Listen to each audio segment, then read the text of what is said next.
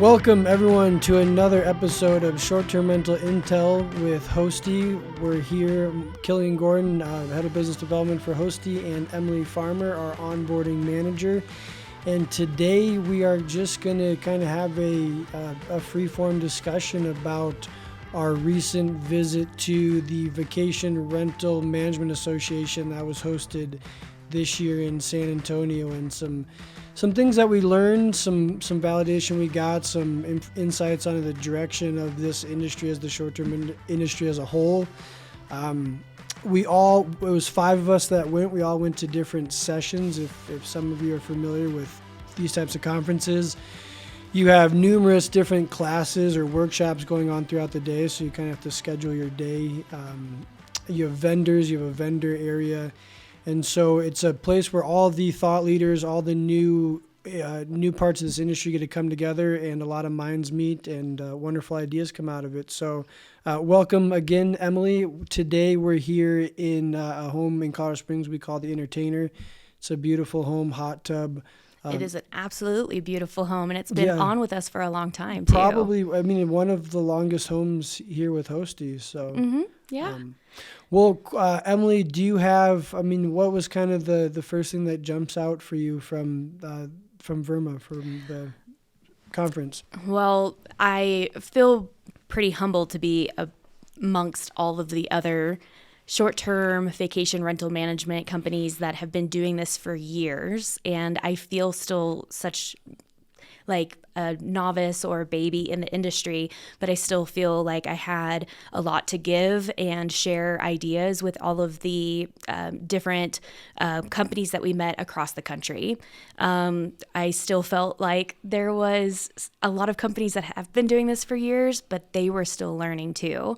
So it's ever-changing industry. We're here to share our thoughts and ideas and learn what didn't work for some people, but may work in other areas too, and different ways to look at things. There was quite a few classes even about managing cleaning crews in the day and age of short-term rental companies. And, Did you go to that one? I didn't get a chance to go to the one that I wanted, but there were several classes that still integrated that and talked about managing cleaning crews. And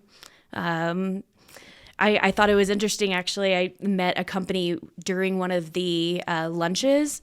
We shared a table with him, and he talked about, I didn't even realize this was an option, but they only turn over once a week. Every Saturday, they have 7-day week rentals.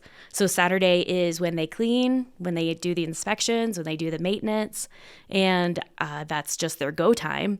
And I'm over here, we're doing it 7 days a week, Well, it's interesting. We kind of have somewhat of a small monopoly in our market. So the way we do things, we've innovated and we've just figured out, and then we go down to San Antonio and we start hearing about how other people solved problems that pop up. And, we're looking to get these homes filled up as often as possible. And you start talking about week-long minimums, when there's times where we're like, 2-day minimum, we'd freak out because that would be loss of revenue potentially for the owner. So do you remember what company that was? I don't remember which company, but they were based on a beach. I think it was either in North Carolina or South Carolina. Yes. And that works for them. Here, I don't, they were talking about doing that during their peak season, like March through September-ish, where they're booked years in advance, or like a year or two in advance. It's just, and then during their slower season, of course, they minimize that minimum stay. Okay. And so for people listening, this is the idea of you can set minimum night stays for your home. It's not anything new or revolutionary, but you can, so maybe for your larger luxury home, you might have a 2 or 3 day minimum stay, or it sounds like in some cases a week stay from those ultra luxury homes, down to your smaller homes where you might not have any block and you do same day turnovers. Mm-hmm. From what you were hearing from other companies at VRMA and from your experience in property care and onboarding, what are your thoughts on when minimum night stays can be detrimental. Looking at it from like a cleaning fee perspective, a nightly rate perspective, actually managing the cleaning crews, what are your opinions? Like, when do you think it's idea to use minimum night stays, and when do you think it's detrimental to the listing? Well, there was a talk with Steve Milo. Let me make sure I know where. This was one of the gentlemen you listened to speak at VRMA, right? Correct. Steve Milo, he is the founder and CEO of V-Trips. Okay. And he had a discussion. He presented 20 vacation rental lessons for 2021. Part of what he did suggest, or what he found out, was that in-house cleaners was the way to go. They had contractors, more contractors at one point, and they looked at the minimum night stays, the cost of having the in-house cleaners versus the contractors, the control of the quality of the clean, and he's moved to more about 70% of employees and only 30% of contractors, where contractors are filling in as needed. Okay. But they're breaking down where it's easier to have an in-house housekeeping manager, to have a schedule where you could have one night minimums to fill your calendar, and have on-demand cleaning crews. Contractors, right? As we know, contractors, for us at least too, and I think around the country, they're not meant to just be with one company. A contractor needs to be open to the public. So they have other schedules and other clients that they need to tend to. So again, I think having that control with your in-house cleaners would help you with the cost minimization, the availability for the calendars to have the one night stays. Well, that's interesting. I mean, did Steve bring up, was a recommend? Because one thing you notice is a lot of people call themselves vacation rental managers. Some of those people manage 5 homes. Some of those, or companies, they manage 5, 10 homes. Some of them manage 25 homes. Some of them manage 50 to 75. Some, like us, around 200. And some of these companies, thousands and thousands of rentals. Did he give an idea for vacation rental companies out there looking to grow? Did he give an idea at what mark you might want to be at? Like, is it better to use in-house cleaners when you break the 100 property mark? Is it better to use it when you break 500 proproperties? Do you recall any of that? Because we've been back and forth about this with Hosty. We basically use a blend, and there's been a debate on it. Should it be 60-40, 70-30? And it sounds like they went with a blend of basically 70-30 contractors, 70 in-house, 30% contractors. Did he give a unit mark? I don't think he gave a unit mark, but it felt like he was implying that the larger that they got was the better for the in-house keepers. Gotcha. Once you have economies of scale kind of working in your favor, and I see. That's interesting. So being flexible, being able to be very flexible. So it may not be a question of is a minimum night stay the best idea. It's, can you just adapt to what the guest is asking for? Mm-hmm. Yes. And speaking, though, of unit numbers as well, he did mention, I thought it was very interesting, that at about 200 or 300 homes was when he was suggesting to have that in-house laundry facility as well. Because you had brought that up. I knew there was a number count, a unit count for something. So that ties into laundry. They suggest potentially looking to bring, it's interesting. Hosty, we brought laundry in-house relatively early on, and so I wondered, that was a big move for us. But we're trying to think 5 years ahead, 10 years ahead. So, but it also ties in. What the first session I went to was one hosted by a company out there called Streamline. Streamline is pretty much an all-inclusive property management system, but they are talking about the need to start piecing technology together in this industry. And a lot of that ties into how you're running cleaners. Are you still scheduling your cleaners in a very outdated fashion, or are you using these technologies that are available to you? Same with your revenue management. Same with, scheduling and maintaining your maintenance teams, your guest comms. Even a big one we work with is when guest comms rotates out in their shifts, that transfer of information.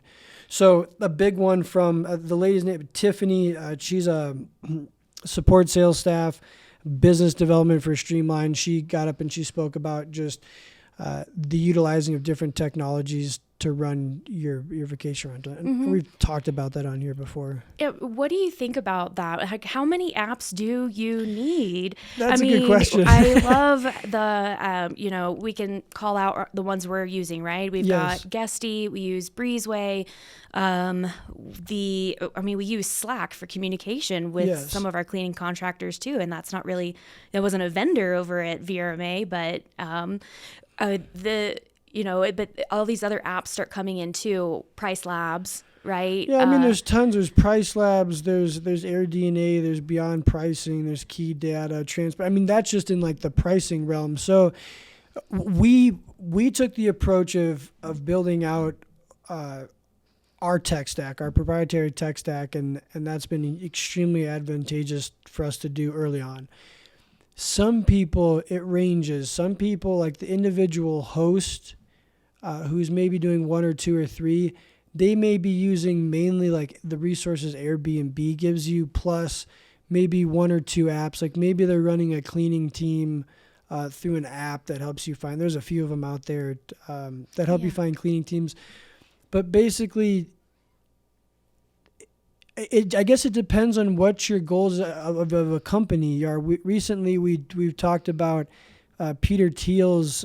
He's a big angel investor out in Silicon Valley, but he talks about, are you playing a finite game or an infinite game with your business? And a finite game would be like, we're just growing a short-term rental company to sell it to X big company, right? That's like, so everything you do is in those rules. So you're probably going to find the easiest software to work with, the best, the easiest to train people, and like the easiest to get people on board with and user friendly, but maybe it doesn't like really dive deep and do everything you want. But in the game of we're just trying to build this company, maybe like 100 or 150 units and then sell it, that might make sense. But in more of an infinite game where, the goal is several thousand units, to be the first in the market and re-innovate short-term rental hospitality, you might want to start looking at building out your own tech stack and thinking 5-10 years into the future. And that goes into the owner portal where we've employed a developer to build out. I don't think that's any secret. Did we hear anybody else talk about owner portals? Well, it's out. It's out there. Like people are doing it. I think the question is, this is maybe a kind of a odd example, but you've got our military uses a rifle. It uses basically like an AR platform rifle.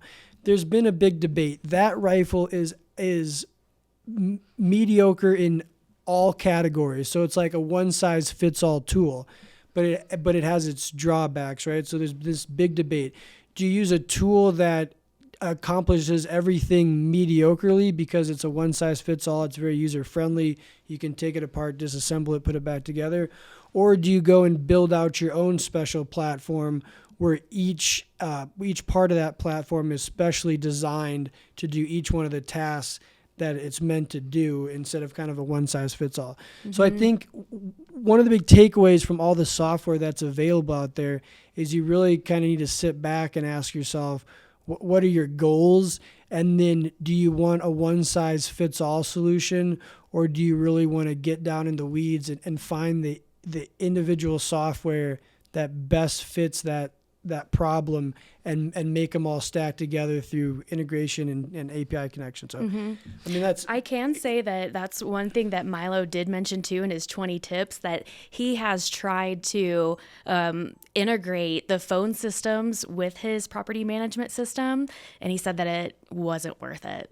They tried for a year, I think maybe a little bit more than that. Interesting. And there was just other things to focus on. It wasn't working for them. So So, I mean, not to say that somebody couldn't try it, but if Steve Milo tried it with his company and he's at that big scale as well, then, he was trying to tell other people to not waste too much of their time and focus on other issues that maybe are going to benefit them in the long run. So interesting. Well, that also, so there was a property manager roundtable. So this was all property managers, no vendors, no providers. No one else could be in this session unless you were registered as a property management company. So property managers could speak openly, they could speak freely, they could criticize or give each other feedback on the different softwares or vendors that they use, because no vendors were present. And a huge thing that came up that kind of ties into like running the cleaning teams, using different softwares for your vacation rental business. As more technology is introduced to the space, and it is more and more every single day in every area, we have to be even more selective on what we look to automate and what we look to use technology to solve, and where we're allocating the actual human resources. And maybe one place to look is what can be automated, but where is it essential to maintain a relationship? Where is there the relationship element? And that's, of course, the guest communication, the communication with the owner, etc. So exactly. Yeah. So robots can't clean the house. Well, we're working on it. Yes. There'll be vacation rentals in space, and they will be cleaned by robots. I would love to see that. Well, let's talk about the onboarding and then the owner acquisition, kind of the area we really cover. I found that a lot of the sales advice and owner acquisition advice out there for property management companies may be a little outdated or not. We talk about the travel industry professionalizing. Has professional owner acquisition and professional sales kind of been brought to the medium-sized to small-size property management company?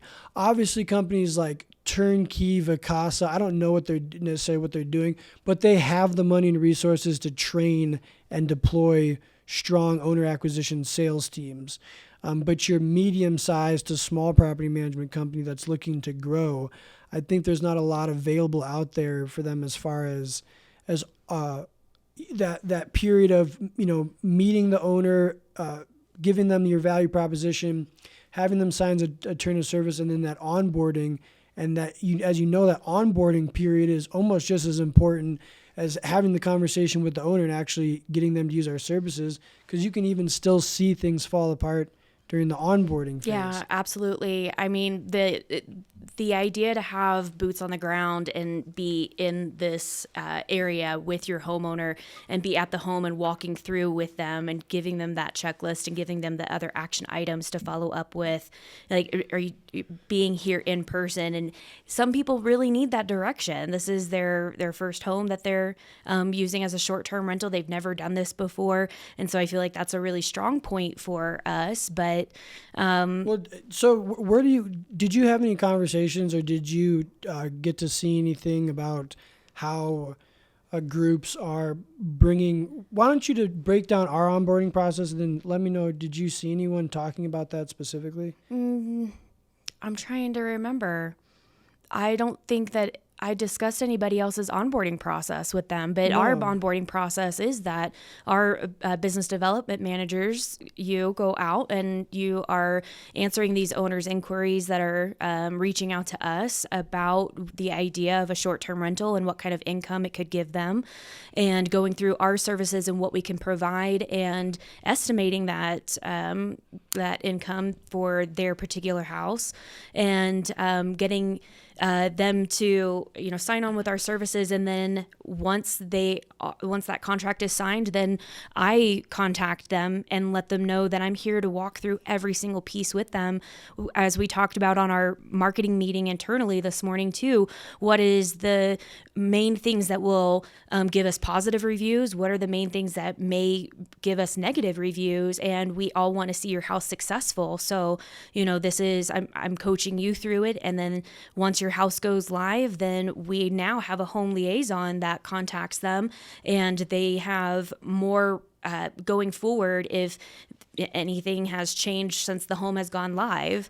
Well, what was interesting to me is that we've identified this as one of the most important areas of the entire process is this onboarding process where, a lot of companies, the owner is submitting pictures or the owner is providing the information, but we've essentially taken the entire control of the onboarding process from start to finish. So the inspection, the inventory, the safety inspection and walkthrough. Yeah, how many checklist points do I have on my?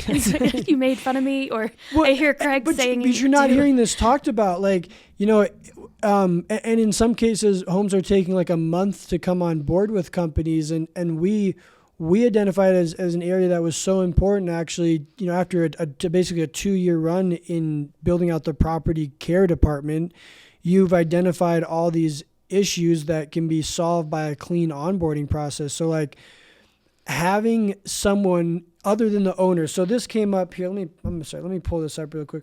One of the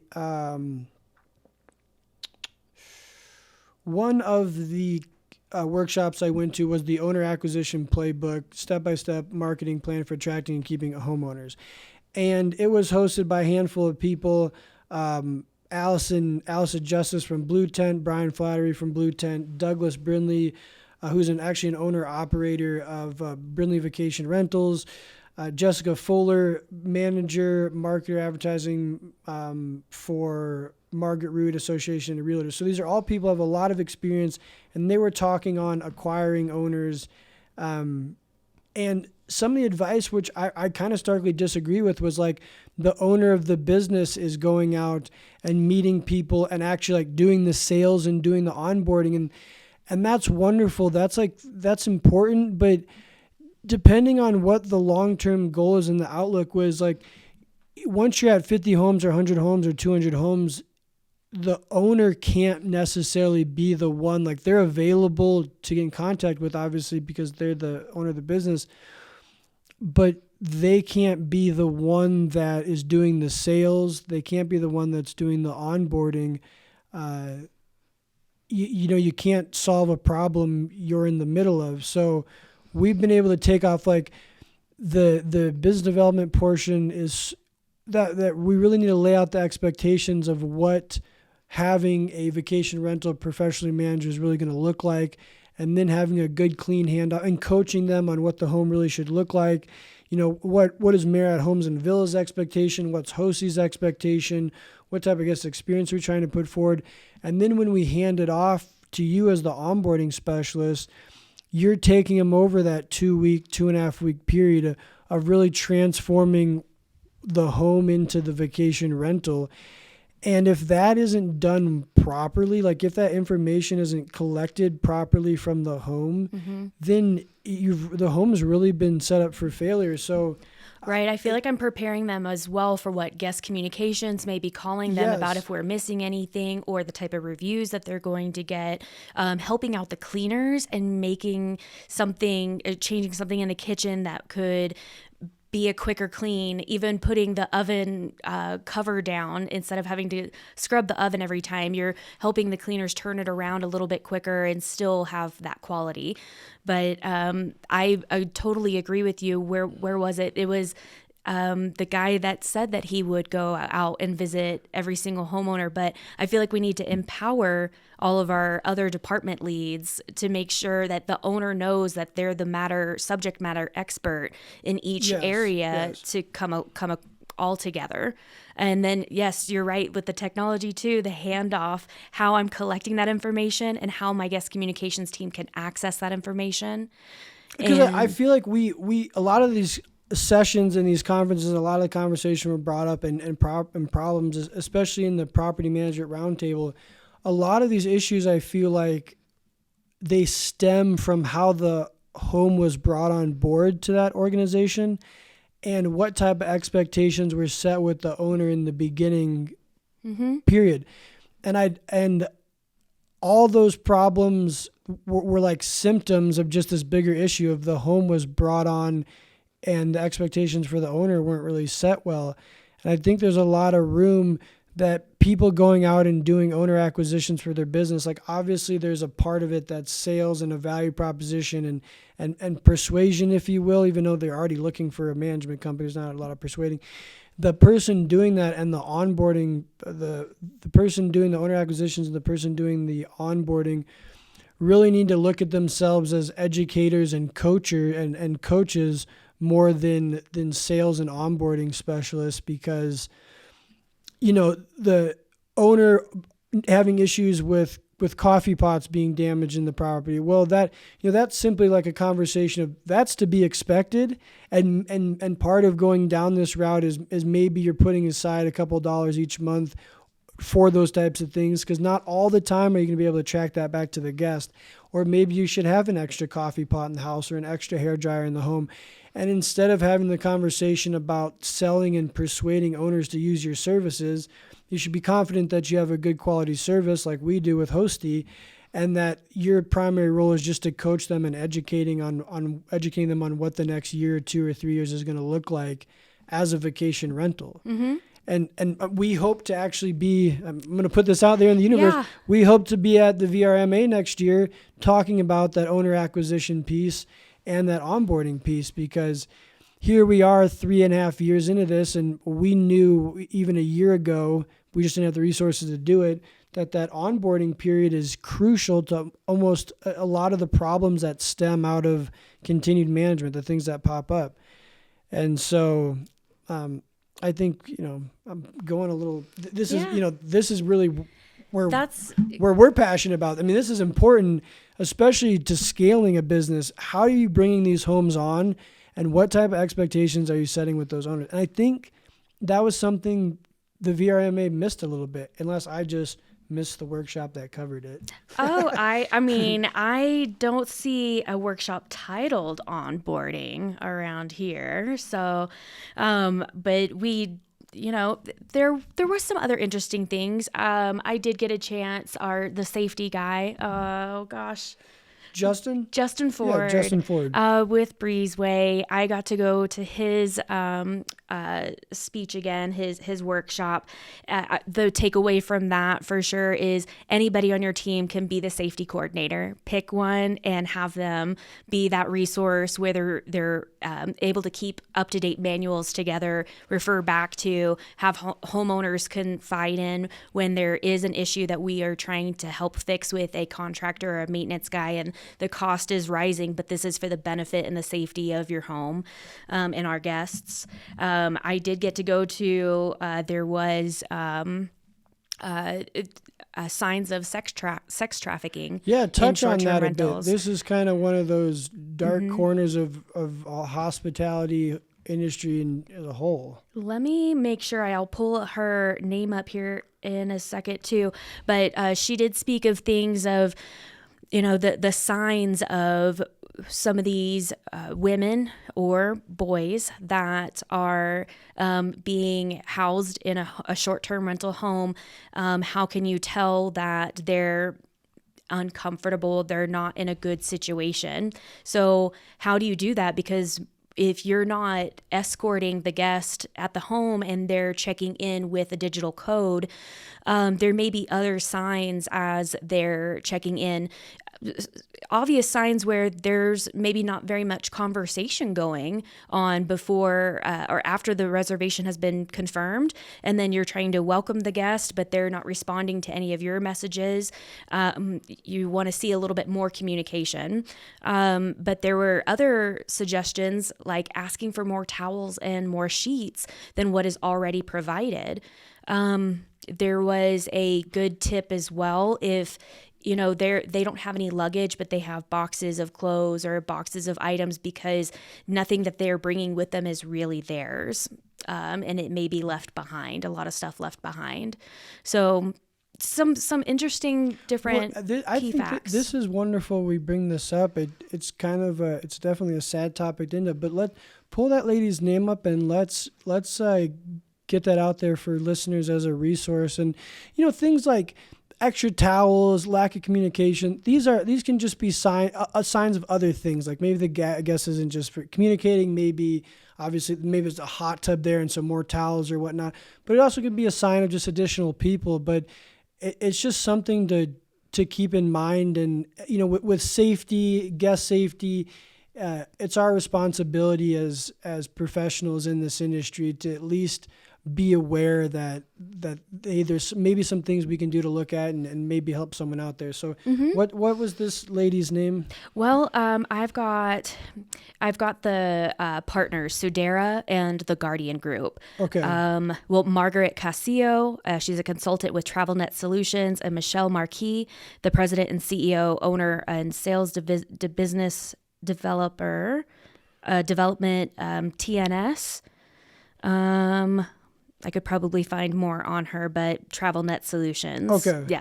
Well, wonderful. So, but there was quite a few different workshops that everybody could attend. I mean, I mentioned, right, the cleaning, the operations. I loved the fireside chats that are like what you guys have told me about the fireside chats without the vendors. Turnkey, Marriott, all these industry leaders and up and coming players in this space. So unfortunately, we're out of time because we could go. I feel like we just scraped the surface as always. But, people should attend the next Vacation Rental Management Association conference because we hope to be there. Yeah, and I think it's super. What was super cool about it was we've been functioning kind of on this island. Like we're just in Colorado Springs in about an hour and just like creating something wonderful. And we've just been validated by our success, but it was nice to go and connect with the community as a whole because you've got this old guard and then you've got this new generation and it's just coming together and it's wonderful. It's amazing. So thank you everyone for tuning in. Emily, thanks for being here. Thank you, wonderful Killian. As always. Yes. And stay tuned for next week's Hosty Short-Term Rental Intel podcast. Thank you.